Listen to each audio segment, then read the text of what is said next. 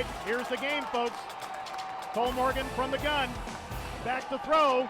Cole Morgan steps up in the pocket, and the Coyotes get him. He is short, and the Coyotes will win. The Coyotes win in overtime. What a ball game. How's everybody doing? I'm Jay Elsen, and this is Coyote Quarter. Well, it took more than 3 years and 18 games, but the Coyotes have finally tasted success on the road, and the way they did it will be remembered for a long, long time. Let's take a look back at the highlights from Saturday's battle between USD and 13th-ranked Northern Iowa. Coyotes hadn't won in Cedar Falls since 1980, 1-4 all-time at the Unidome. Looked like we might have a track meet early on. Opening possession for UNI, Sawyer Cole Morgan finds a wide-open Chad Owens for a 34-yard touchdown, and the Panthers are up 7 in a hurry. USD would be even quicker on its first drive off play action. Kevin Earl has Riley Donovan deep. Looked like he was down at the 2, but the refs give it to him anyway. First career touchdown for the true freshman, and it's 7-7 less than 3 minutes into the ballgame. The pace slowed considerably from there. UNI scored the only 7 points in the second quarter here and took a 14-7 lead into the break. USD struggled on special teams all day, but the worst of it came in the third quarter. The Coyotes botched punt snaps on back-to-back possessions. That led directly to 14 UNI points and a 28-7 Panthers lead. But there was no quit in the Coyotes. Earl hooks up with Donovan again. Great catch over the middle, and he finds nothing but green in front of him. 43 yards for his second score of the day, and USD cuts the deficit to 14. Fast forward to the fourth, and this is where the defense really comes alive. Sawyer Cole Morgan's pass picked off by Jared Bryant. Second INT of the season for the Arizona State transfer, and the Coyotes take over at the UNI 38. The offense cashes in 4 plays later. Earl on the quarterback draw. 8 yards for his first career rushing touchdown, and USD is back within 7 at 28-21.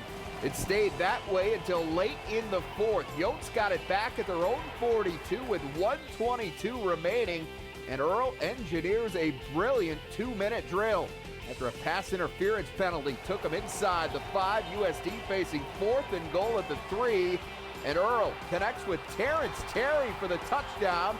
Extra point ties it at 28, and we are headed to overtime. After the teams traded field goals in the first extra session, we'd go to a second OT tied at 31. Coyotes got it first, and on 1st and 10 from the 25, Earl hits Wilhelm on the backside screen. He takes it 18 yards to the UNI 8, 1st and goal, USD. And 3 snaps later, Earl sneaks it in from the 1, his second rushing touchdown of the day. Gives the Coyotes their first lead of the afternoon at 38-31. That left it up to the defense, and they would answer the call yet again. 4th and 3 from the 6. Kenny Greer sacks Cole Morgan, and that would do it. The streak is over. The Coyotes knock off 13th-ranked UNI 38-31 in double overtime. Career days all around for USD, starting with the quarterback. Kevin Earl finishes 25 of 44 for 370 yards and 5 total touchdowns. 9 of those passes went to Riley Donovan, who racked up 178 yards and 2 scores. Meanwhile, Trevor Bama tallies his second straight 100-yard game on the ground for the Coyotes, who won on the road for the first time since September 11th, 2010. They battled and just battled. And when the chips are down, these are the kind of guys you want on your side. You want them on your team. Our defense had some great picks that saved us from doom. And we had it gift wrapped, but our kids wouldn't believe it. They thought that we could overcome that, and they did, and we did. And we're going to get on a bus, the magic carpet bus, and float back to Vermillion. This is going to be a great ride. I think with our team, we believe the game's never over until that clock hits zeros. Our defense will give us a chance, no matter what the score is, to have a chance to score or have a chance to get back on top. And they did that for us. And Kevin made some great plays to get the ball down the field and get really started and, score quickly, and that was huge. We worry about ourselves. We don't worry about anyone else. What goes on the other side of the ball or in special teams or whatever. If we got another snap, we're going out there and we're going 100%. And we got a veteran group out there, and especially, in the secondary, and, we're gamers. All four of us, me, Taverna, freshman Tevin, Swift, Knox, we're gamers. We live for this. This is fun. This is the funnest game I've played in, ever. I loved it. Every second, every play, they was throwing the ball at me. With number 18, I loved it. Told them to keep bringing it. That's how we are. That's how we play. With that win, USD takes over sole possession of third place in the Valley. Coyotes one game behind North Dakota State and Youngstown State. Three teams, including next week's opponent, Illinois State, are 2-2 in league play. Plenty more to come with the Coyotes' thrilling win over Northern Iowa. The head coach will join us in a bit. But first, ESPN 1570's John Thayer stopped by to talk about Saturday's storylines. That's next on Coyote Corner.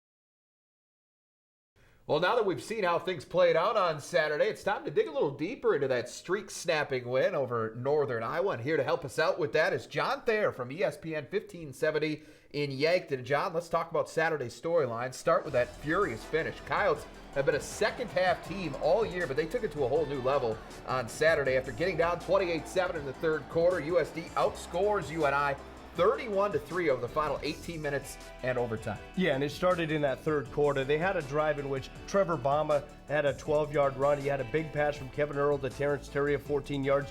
And after Bama was stopped twice, they went over the top, 43-yard touchdown pass to Riley Donovan. And that was the drive that really ignited this offense. And after that, you could feel the energy change. Yeah, they really picked up the pace, and it was a fun thing to watch. You go into the fourth quarter with a 2-minute drill.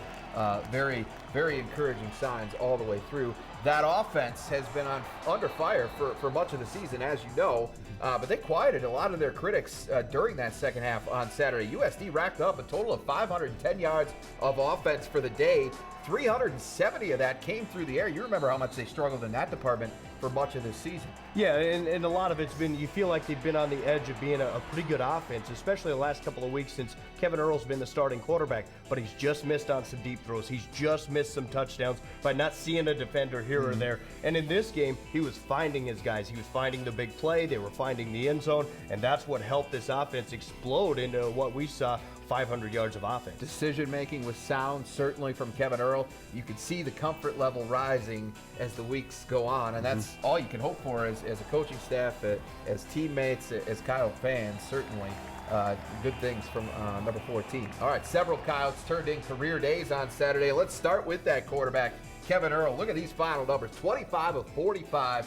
For 370 yards and 5 total touchdowns. Yeah, and he had 3 touchdowns through the air, 2 on the ground. And he's not the guy that everybody looked at and said, this is our running quarterback, but he got it done. He was able to find his wide receivers, find the big play. He has the confidence that they're going to catch the ball. They have the confidence that when they turn around, the ball is going to be there from him. Yeah, he is the Missouri Valley's Offensive Player of the Week as a result of that performance. The newcomer of the week was his favorite target, Riley Donovan. He caught 9 passes for 178 yards and 2 touchdowns. And here is what Earl had to say about his true freshman wide receiver. Riley is a kid who has a lot of talent. I think we all saw that this summer when he came in. Intelligent kid, and he's just he's growing up before our eyes. All right, one other guy we want to mention as well, Trevor Bama put together his second straight 100-yard effort. He is certainly becoming the effort Coach Glenn and the coaching staff have expected him to be, especially here over the last couple of weeks. All right, let's switch sides of the football now. The defense surrendered 315 yards of total offense on Saturday. But as they have all year, John, they made plays when they mattered most. Yeah, absolutely. You and I took over with 2:39 remaining in the game. USD did not have its full allotment of timeouts, and the defense had to get a stop. They stopped Johnson twice, then they stopped Sawyer Cole-Morgan, and they got the ball back in the hands of their offense. And then in the overtime, they had to step up. You had to go out and win a game. You're up by a touchdown, and they did it. You get the sack at the end of the game that ended it. Tyler Starr had a quarterback hurry that forced an incomplete pass, and the defense stepped up. They're getting to the quarterback each and every week, whether it's Tyler Starr or a number of other guys. Austin Johnson had 2 sacks this week. They had 3 interceptions as well, so a lot of plays being made on that side of the football. Quickly, a couple of housekeeping notes. Special teams continues to be a problem. A couple of bad snaps on punts. That obviously has to be cleaned up. Yeah, got to get the snaps cleaned up, back to the punter, and you got to start making the short-range field goals as well. Those are going to be the things that this team needs to do if they're going to win big football games down the stretch. And penalties, they had, of their first 6 plays, 3 of them, big plays, 15 yards or more, 3 of them were called back on penalty. Yeah, that's certainly over the last couple of weeks has been, discipline has been a bit of a problem as well. All right, thanks to you, John, for stepping in for Andre Fields. That is our take on Saturday's storylines. And when we come back, the head coach will give us his. Joe Glenn joins us next. Welcome back to Kyle Corner. Jay Elsen joined now by head coach of the Coyotes, Joe Glenn. And Joe, it's been a long time since this team has tasted success away from this building, and the way things played out on Saturday probably made it all that much more sweet. Yeah, I think you're exactly right. We hadn't had a road win since they defeated Minnesota several years ago.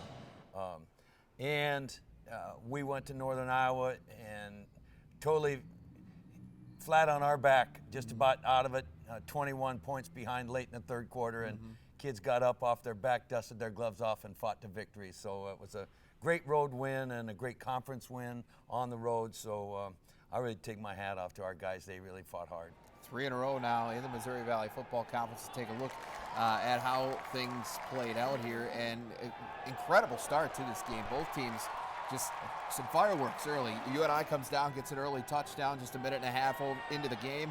But you guys have an answer even quicker. Kevin Earl hooks up with Riley Donovan. That's a connection that we're seeing more of each and every week. 48-yard touchdown. We're tied at 7. 2 haymakers to start the fight. Yeah. That was a lot of fun.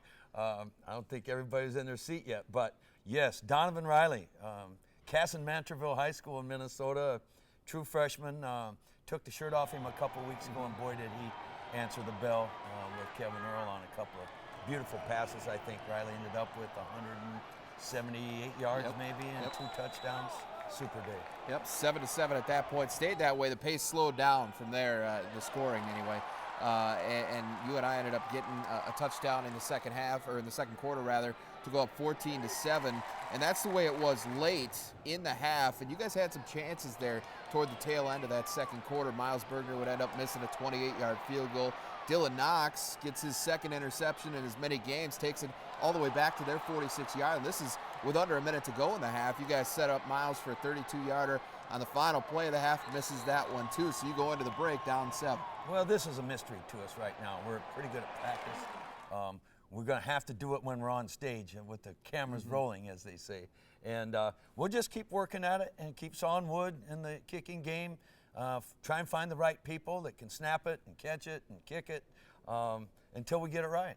Now, we got to talk more about the snaps, because in the third quarter, this has been a problem obviously all season long. It reared its head again in the third quarter. Back-to-back possessions where you roll the snap back to Miles. He has to fall on the ball. You give him a short field. They get 2 touchdowns directly off of that. You go from being down 14-7, being right in this game, to now questioning whether this thing is over at 28-7. Well, this was a gut check, because we really just wrapped it up and put a bow on it and handed it to him. And I think we were all just kicked right in the gut.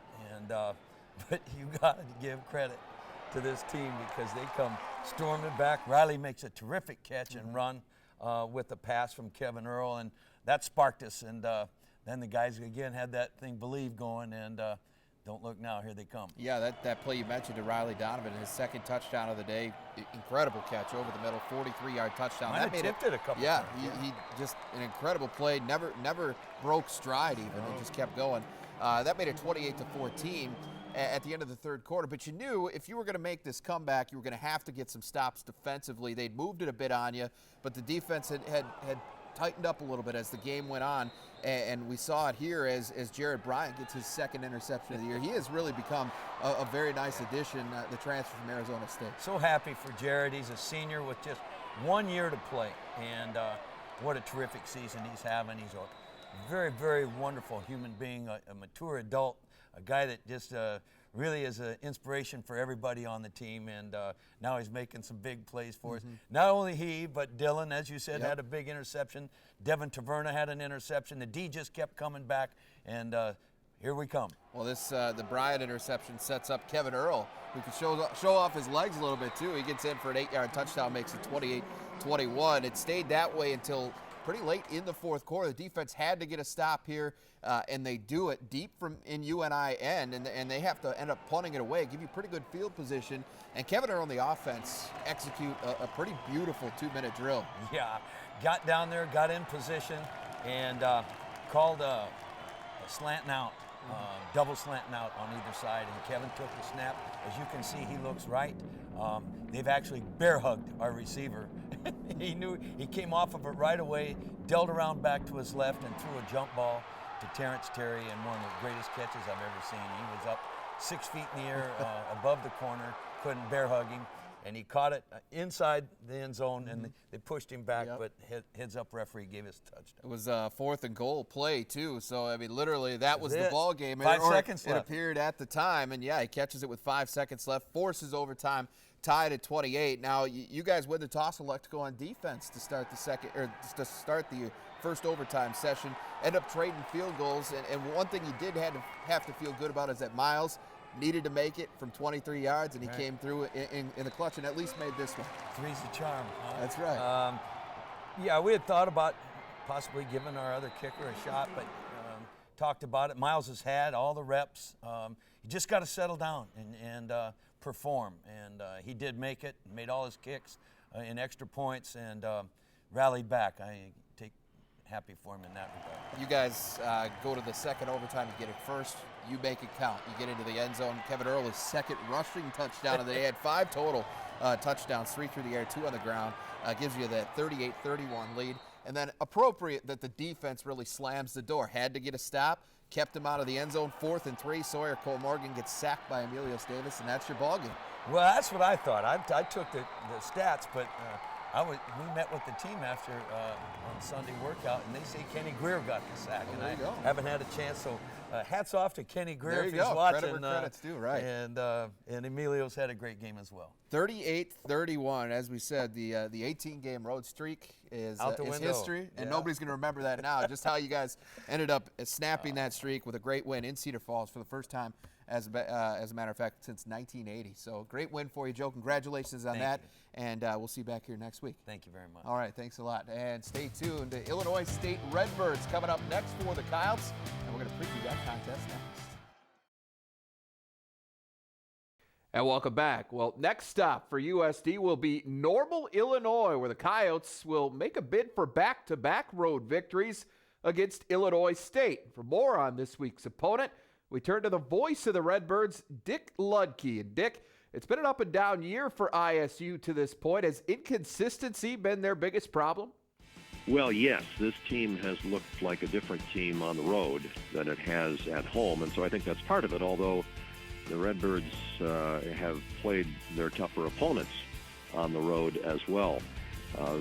They've played some very good teams away from home, and they've had some real struggles against them, especially on the defensive side of the football. But when you looked at this team against Youngstown State a week ago Saturday, and then looked at them 7 days later on Saturday against Indiana State, you were definitely thinking you weren't seeing the same team. The Redbirds are 3-0 at Hancock Stadium following last week's 55-14 romp over Indiana State. Why are they so much better in Normal? The other side of that question, Jay, is why are they so uncomfortable on the road? And I think I would answer that question by saying they're not experienced. There's still a little bit of immaturity there, and teams that are consistently successful on the road, I think, tend more to be senior-dominated teams who are extremely experienced. And this team, even though we're well over halfway through the season, is not quite there yet. You think that win over Indiana State could mark a turning point for this team? Well, I might think that, except they really dominated Western Illinois in the home game 2 weeks before that as well, although the score didn't reflect it. If you look at yardage and time of possession, they dominated that one almost to the extent that they dominated Indiana State. And then you saw what happened the next week in Youngstown. So, again, it goes back to the home-road differential, and the next two are at home, including the game against the Coyotes on Saturday, and that's obviously a good thing for the Redbirds. But I wouldn't say they've cleared any significant hurdles just because of the win over Indiana State. And finally, the Coyotes have been rolling of late. What do the Redbirds have to do to slow them down? Well, what I know about South Dakota is that the Coyotes are extremely tough defensively, and so it'll be a challenge for Illinois State's offense. The Redbirds have had a lot of trouble, especially running the ball, although that's been less of a problem lately as Marshawn Koprich has kind of come into his own. But certainly going against the South Dakota defense will be very challenging. And then obviously the change at quarterback to Kevin Earl for South Dakota has made a big difference offensively. So it really is an interesting matchup, I think. I mean, South Dakota coming off a huge victory, winning at the Unidome, is something the Redbirds have rarely done over the years, and so they have a lot of respect for any team that can pull that off. All right, that again, Dick Ludke from the Illinois State Radio Network. All right, stay tuned. Joe Glenn will be back to give us his thoughts on Saturday's trip to Illinois State right after this.